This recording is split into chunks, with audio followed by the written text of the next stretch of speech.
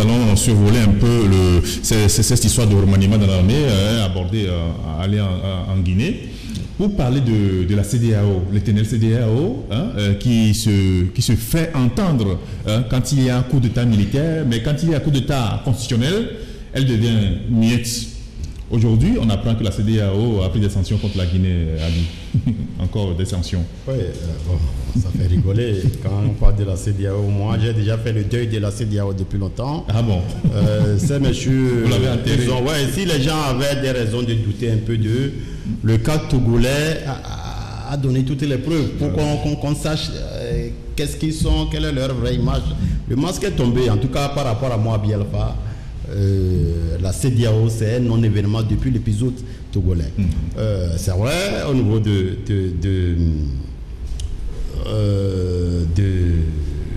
la Guinée, comme l'a dit relevé le confrère, pour faire une parenthèse, moi je pense que dans l'armée, plus on avance, plus on comprend que le mythe de la région est déjà tombé dans l'armée. À commencer par le Togo. Vous n'êtes pas sans savoir qu'il y a quelques années, c'était vraiment, je ne dirais pas une cabale, mais les officiers cabiers savent qu'ils n'ont plus la côte. Vous pouvez me donner beaucoup d'exemples d'officiers cabiers qu'on a enlevés à des postes puissants, à des postes sensibles pour le remettre à des officiers d'autres ethnies. Donc ce mythe-là est déjà tombé. Et puis c'est venu être renforcé par l'affaire, parce que tout de suite quand on a parlé d'officiers cabiers qui sont démystifiés, dégommés pour d'autres, on a dit ouais, forcé faire remplacer entouré par les Losso, c'est faux. Celui qu'on a gorgé au Canfir, c'est un Losso.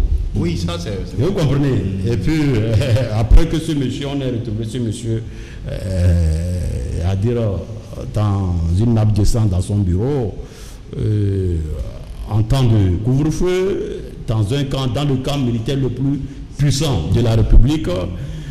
La mort de ce monsieur était entourée de tout un mythe.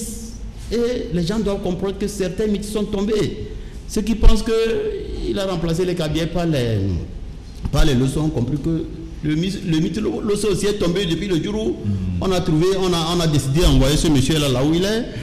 Donc je ne vois plus l'armée par rapport à la région. Non.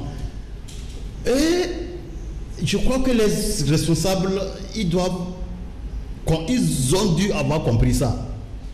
Maintenant, comment faire en sorte que ce que les gens attendent puisse qu'ils soient à la hauteur des attentes, de façon à ce que l'armée ne soit pas une menace pour eux. C'est ça le problème. Vous ne pouvez pas éternellement diriger un pays où votre seul projet de société, c'est la longévité au pouvoir. À chaque fois que vous vous réunissez, c'est comment faire pour ne jamais quitter le pouvoir, comment faire pour qu'on sache que vous travaillez, comment faire pour faire les rafistolages, la théâtralisation, les mises en scène, pour qu'on sache que vous êtes. Mais dans les actes, concrètement, rien. Parce que on dit souvent, c'est au pied du mur qu'on voit l'artisan, le vrai maçon. Donc, c'est de ça qu'il est question. Là-bas, il n'y a pas de magie. Tout de suite, on vient de remplacer Massena par qui on a juste 3 changements et puis le débat est lancé. Mais pour changer la vie d'une population, c'est toute une... je ne dirais pas une science, mais c'est tout un changement de comportement. Le régime ne veut pas changer. Ils ne sont pas à la hauteur des attentes. Ils ont peur de l'armée parce que le corps de métier qui peut se énerver et qu'on sent qu'il y a vraiment énervement, c'est l'armée. Donc ça a commencé, je dis bien que ça n'a pas commencé par la Guinée, c'était d'abord le Mali, la Guinée vient en deuxième position et quand ça fume déjà ailleurs, vous voyez comment juste après la Guinée, le vieux Camerounais a aussi fait ce qu'on vient de faire ici. La CEDEAO est arrivée comme je ne dirais pas des médecins après la mort. Si je leur mets au titre de médecin, je leur fais trop d'estime. Comment des charognards autour d'une charogne. Voilà un des vôtres. Ce monsieur, il s'est imposé. À un moment donné, Condé intervenait, il s'est fait... il a pris des ailes de quelqu'un qui mérite une certaine force morale. Et quand on parle Afrique, il doit être écouté. Quand on parle CEDEAO, il doit être écouté. Et tout de suite, il a pris des aides. Il a pris des aides d'abord par rapport à son pays. Après avoir calé ce qu'il peut caler, il traverse les institutions sous-régionales, à commencer par la CEDEAO. Ils sont venus ici faire du désordre. Et ce désordre a déplacé les bonnes manières. Ça a mis le Togo dans la loge des États pour lesquels on peut accepter toutes les exceptions. Quand elles sont togolaises, elles peuvent être, c'est-à-dire ignorées, ça peut passer. Dans tout, quand on parle du Togo, on va dire exception togolaise. C'est quoi l'exception togolaise? Et vous pensez que c'est normal? Monsieur le président Ouattara, toi, tu n'es pas ivoirien, tu es sorti de Sindou au Burkina, tu es venu, on ne va pas t'en vouloir pour ça parce que après les indépendances, ils sont pleins comme ça qui ont géré les pays alors qu'ils ne sont pas forcément de ces pays. Donc ce n'est pas encore un crime, mais quand même, tu as fait un parcours qui n'est pas forcément redevable à ton savoir. On ne peut pas dire que tu es le plus intelligent des Ivoiriens, non.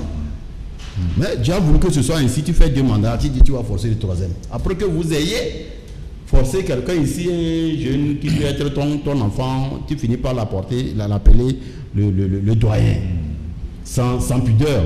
Donc c'est normal que depuis qu'ils sont tombés au marché au Togo, l'image est totalement démystifiée en Guinée avec l'arrivée de... Vous voyez comment,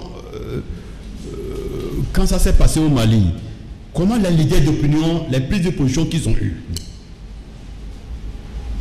Et quand tu vois dans le comportement incompréhensible de la CEDEAO, les gens ont compris la main de la France. Et vous voyez qu'à chaque fois qu'on doit la CEDEAO, derrière, les analyses n'ignorent pas la France-Afrique. Et vous pensez que ça peut continuer éternellement? Ce n'est pas vrai. Le mythe est déjà tombé. Le reste n'est que question de temps. Le reste n'est que question de temps. Et on a beau faire des micmacs dans l'armée, que ce soit en Côte d'Ivoire ou quand on dit qu'un hélicoptère a disparu des radars, toute la présidence est dans la trouille. Que ce soit au Togo, quand on dit que un régime est tombé quelque part par un militaire, on ne croyait pas.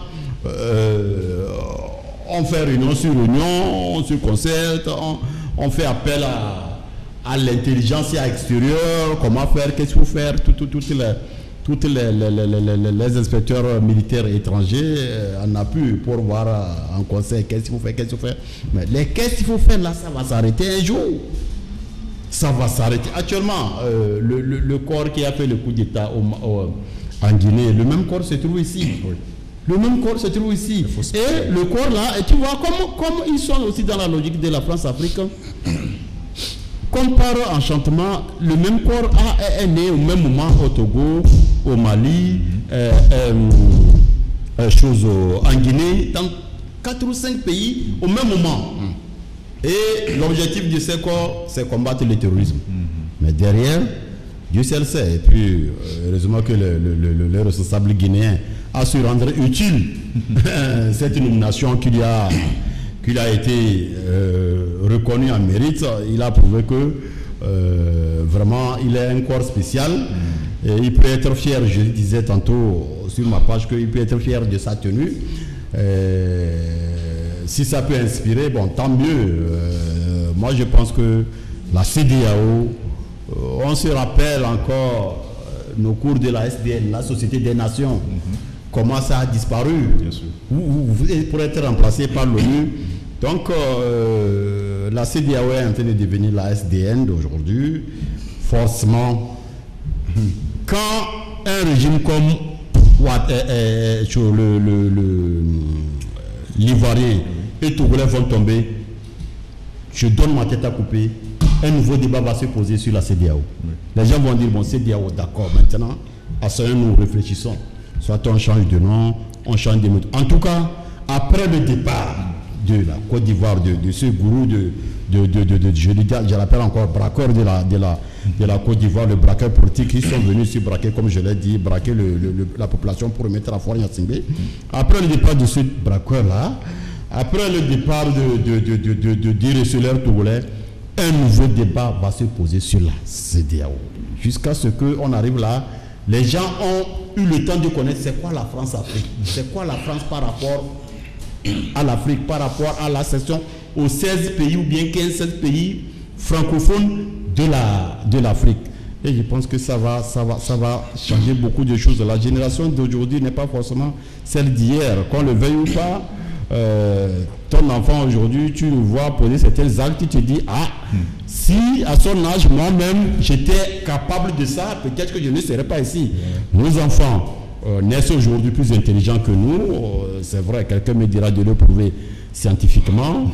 Ils naissent plus éveillés. Ils grandissent dans un environnement plus ouvert et aujourd'hui ne peut plus être comme hier. Il faut que les gens comprennent. Ceux qui pensent qu'ils sont nés pour gouverner, ils ne peuvent pas vivre en dehors du cadre du pouvoir. Ils se leurrent. Regarde, monsieur Condé, ce qu'il était il y a à peine 48 heures et ce qu'en mine de rien il est devenu. Un monsieur qui a pris des airs, qui normalement dit que la barbe blanche est signe de sagesse. Il a prouvé le contraire et il a affiché publiquement en dénigrant la barbe d'un vieux dans une réunion. Après, les gens argumentaient comme quoi ce sont les teniers du vieux là. Il y a c'est des communautés je ne dirais pas de pagaille. C'est des communautés qui ont des rivalités. Pas des rivalités. Antagonistes. C'est comme entre les Tim et les gens de Dapaon là. C'est pas antagoniste. Il y a une animosité. Non, c'est plus fort que ça. C'est-à-dire, c'est comme il y a un pacte de entre vous ne vous battez jamais. Il y a toujours, quelle que soit la pagaille que l'un fait vers l'autre, la moquerie, tu dois encaisser. Mais on ne doit pas vous voir en train de passer un pugilat, quoi. Agression. Donc, exactement. Donc, les gens disent, bon, c'est comme ça. Je dis, non, c'est faux. C'est plus grave que ça. Ce que ce président a affiché ce jour, son arrogance. Le fait que, quand moi je dis dans les écrits que Alpha Condé est toujours entre deux verres de boisson, le temps nous a donné raison. Et il est venu faire tomber le mythe du respect d'un professeur d'université. Quand on dit professeur d'université, quand on était étudiant, vous arrivez très tôt, tu prépares ta place, toute la salle, l'amphi est remplie. Le second événement que vous attendez, c'est l'arrivée du professeur qui vous enseigne. C'est ça. La petite se dit que bon, donc ce monsieur-là qui est devant moi, donc il peut aussi faire asseoir tout de suite tous mes enseignants du lycée pour les enseigner. Donc c'est de ça, mais que tous ceux qui m'ont tenu au lycée ont quitté pour aller faire de moi, pour aller me cogner au lycée. Bon, tu te fais toujours tout un mythe auprès de celui qu'on est professeur à l'université. Et quand il arrive, je ne sais pas si tout le monde avait la même, tu vois. Quand quelqu'un comme ça qui passe comme professeur à l'université, chef de l'État dessus quoi, qui vient tirer la barbe, qui vient montrer sa bassesse sociétale. Ça c'est une bassesse sociétale parce que je me dis quelle leçon, quel exemple, quel modèle il veut laisser aux enfants. Quand lui, chef de l'État, entouré de 500 000 personnes, il tire la barbe au papa de quelqu'un, à un imam, en le réprimandant comme quoi, ouais, dans ta localité, s'il y a problème, c'est toi, et puis jusqu'à ce qu'il le tue. Donc depuis ces actes-là, ceux qui savent lire voyaient venir la fin d'un monsieur, voilà, il est fini, il ne s'attendait pas. Les fins comme ça, on ne s'attend jamais, ça vient quand on s'y attend. Le moins, ça a fait s'aimer la peur dans beaucoup de milieux. Ceux qui ont les comportements analogues au comportement de Condé, c'est normal qu'ils commencent par paniquer. Bon, maintenant, faire des changements de siège médical après la Guinée, c'est un constat, c'est une réalité, mais c'est qu'il y a certaines traditions qui collent à la peau. L'armée reste toujours l'armée. S'il y a un corps qui est versatile, qui peut changer à tout moment, c'est l'armée. Je vous donne un exemple. Quand nous on était petits dans mon village qui abritait un camp militaire, on a vu le tout-puissant Ernest Gnassingbé respecté du haut de son grade de lieutenant, respecté du haut de son fils du chef de l'État à l'époque qu'on connaissait. Il terrorisait tout ce qui passe. Et à l'époque, bizarrement, c'est sous sa main qu'a été formé Blaise Compaoré et Thomas Sankara. Blaise Compaoré Thomas Sankara était devant, supérieur par rapport à Thomas Sankara. Par rapport à Blaise Compaoré, il était devant. Toujours Thomas Sankara a une canne qui le manipule. Il était, je crois, capitaine ou bien lieutenant. Son adjoint direct et confident, c'était Blaise Compaoré. Et Ernest, en 2 semaines, les a fait voir de toutes les couleurs, en formation quoi, militaire. Et puis, tu sais, l'armée togolaise en était fière. Quand il y a une altercation entre 2 corps de l'armée, il te dit, ben, tu fais la bouche, est-ce que tu as l'APOA, est-ce que tu peux faire 3 mois? Et puis ça faisait l'objet de fierté entre eux. Donc, ils ont formé les Burkinabés en 2 semaines. Et un jour, nous on allait au champ, on vient découvrir un débraillement, c'est-à-dire une situation de grève dans le camp. Ce n'est jamais vu. C'est les Burkinabés qui disent que eux, ils ont appris que Ernest n'a pas fait la formation de POA. Si on ne le forme pas comme on l'a formé, il ne va pas les former. Vous comprenez quoi? Oui. C'est monsieur qui était docile. D'abord, ils ne sont pas du pays. Ils sont venus dans notre pays. Il y a cette discipline qui les oblige à se soumettre. Et il y a le fait qu'ils sont aussi dans un corps qui est censé être discipliné. Mais un jour, ça les a plu de dire aujourd'hui, refus d'ordre. Ils appellent ça refus d'ordre. Si Ernest Gnassingbé n'a pas fait ne serait-ce que 3 jours de la formation que nous faisons, il n'a pas le droit de nous demander de ce qu'ils appellent la ration. Et ça a fait problème. Les Amouda qui sont décédés à l'époque où lui gérait le camp des blindés, tous ceux qui les Areba, tout ça là, ils ne sont plus là. Ils ont dû penser à une solution. C'est comme ça que certains officiers aussi qui se pensaient comme ceux qui sont nés pour diriger ont goûté aussi à la formation des POA, parce que on faisait faire à des êtres humains ce qui sort l'entendement. La torture en fait. C'était plus que la torture. Tu vois, c'était plus que la torture. Même dans la guerre, la cruauté ne va pas jusqu'à un certain degré. On accepte que l'homme est faillible, qu'à un moment donné, bon, tu vois. Mais quand tu vois ce qu'on fait aux gens dans ce camp, après ça s'est exporté à beaucoup de milieux de la formation militaire. Sauf que tout ça là, à quoi ça sert au Togolais entre nous? Actuellement, c'est devenu... c'est les Américains qui disent que un chien mal dressé revient toujours mordre à la maison. Tu dresses mal ton chien pour qu'il soit le plus méchant possible. Sache qu'un jour, ton doigt va passer par là. Actuellement, qui aurait cru, même dans les pays en guerre, les guerres civiles ont passé, on a vu. Les guerres entre pays ont passé. Les guerres coloniales, on n'a jamais entendu dans un autre pays, africain ni ailleurs, que des gens sont organisés pour rentrer dans un camp, égorger les chefs de la garnison. Mais ça s'est passé pour la première fois au Togo. Donc il faut que les gens commencent par voir des signaux. Tout ça là, toute cette on a formé, on était encore, je retourne encore, on avait une section de leur corps là qu'on appelle les armées gorilles. Effectivement, tu le vois, c'est vraiment un gorille. Non, ils sont gros comme ça. Non, ils ne sont pas gros. Les barbus, c'est-à-dire dans son comportement, en tout cas, ils sont connus comme armée gorille. Actuellement, parce que tu vois, barbus, quand on fait les défilés là, tu les vois tous barbus, c'est leur détachement ça. Tu vois, eux, ils ne sortent pas. Je ne dis pas, je ne sais pas s'ils avaient le sentiment. Heureusement que on essaie maintenant de diluer un peu cette méchanceté vis-à-vis, mais on la remplace par une autre. On la remplace par une autre. La méchanceté qu'on faisait dans les lieux de formation contre entre militaires, soi-disant qu'on les forme, qui sont en stage ou bien je ne sais pas quoi, c'est cette méchanceté maintenant qu'on transporte dans les maisons. Quand on va dans une maison parce que quelqu'un a quitté Bé, il est allé au camp militaire, il a lancé un caillou. Donc on poursuit le quartier de Bé, on vient encercler une maison, on rentre, on frappe les femmes enceintes, on frappe les vieilles, on frappe les malades. C'est ça, des comportements inhumains.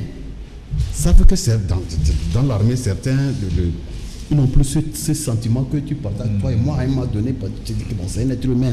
Maintenant, regarde, le plus bel exemple de la cruauté militaire, c'est sur un militaire. Mais je dis, si vous connaissez un exemple de pays où on est rentré dans la garnison, ce n'est pas un factionnaire qui est à la guérite qu'on a égorgé. Ce n'est pas un sergent qui est passé par là par hasard. Le chef de la garnison, en temps de couvre-feu, en temps de la nuit où le camp est censé être plus sécurisé, ce sont des symboles. Comprendre qui veut. Puis ce monsieur-là, les gens très vite l'ont victimisé comme quoi, mais moi je l'ai toujours dit que c'est un tortionnaire. Quand on amène les gens en brousse, on les torture, on filme, c'est à eux on amène pour voir si la cruauté a été bien exercée sur les militants qu'on arrête. Et un jour on le trouve dans son sang, dans son bureau. Je dis on va maltraiter les gens dans la brousse, on filme, on vient remettre aux gens dans leur bureau pour voir si ces deux messieurs qui sont allés frapper ces délinquants, s'ils ont vraiment appliqué. Et parmi ces bourreaux, un se retrouve un matin dans son sang. Il ne peut jamais voir son enfant, ses enfants, sa famille. Donc il faut que ça fasse de leçons à qui veut apprendre de leçons. La Guinée, pour moi, il faut qu'on évite de plus en plus. Plus vous parlez des gens, plus vous leur donnez d'importance. Évitons de plus en plus. Je ne vous impose rien, je ne vous apprends pas à faire. Je ne suis pas en train d'imposer une jurisprudence dans la presse togolaise, mais évitons le plus possible de parler de la CEDEAO pour que doucement on oublie cette histoire, pour qu'on apprenne à vite aller vers un autre débat. Ces messieurs sont terminés. Je dis bien la CEDEAO c'est fini. La fabrication de Yacoub Kon et Yademala, c'est du has-been, comme disaient les Anglais. Donc c'est ce que je peux dire. Merci beaucoup Albi Alpha. On va éviter de parler de la CEDEAO. On va enterrer la CEDEAO, cette communauté, en faisant une pause. À tout à l'heure.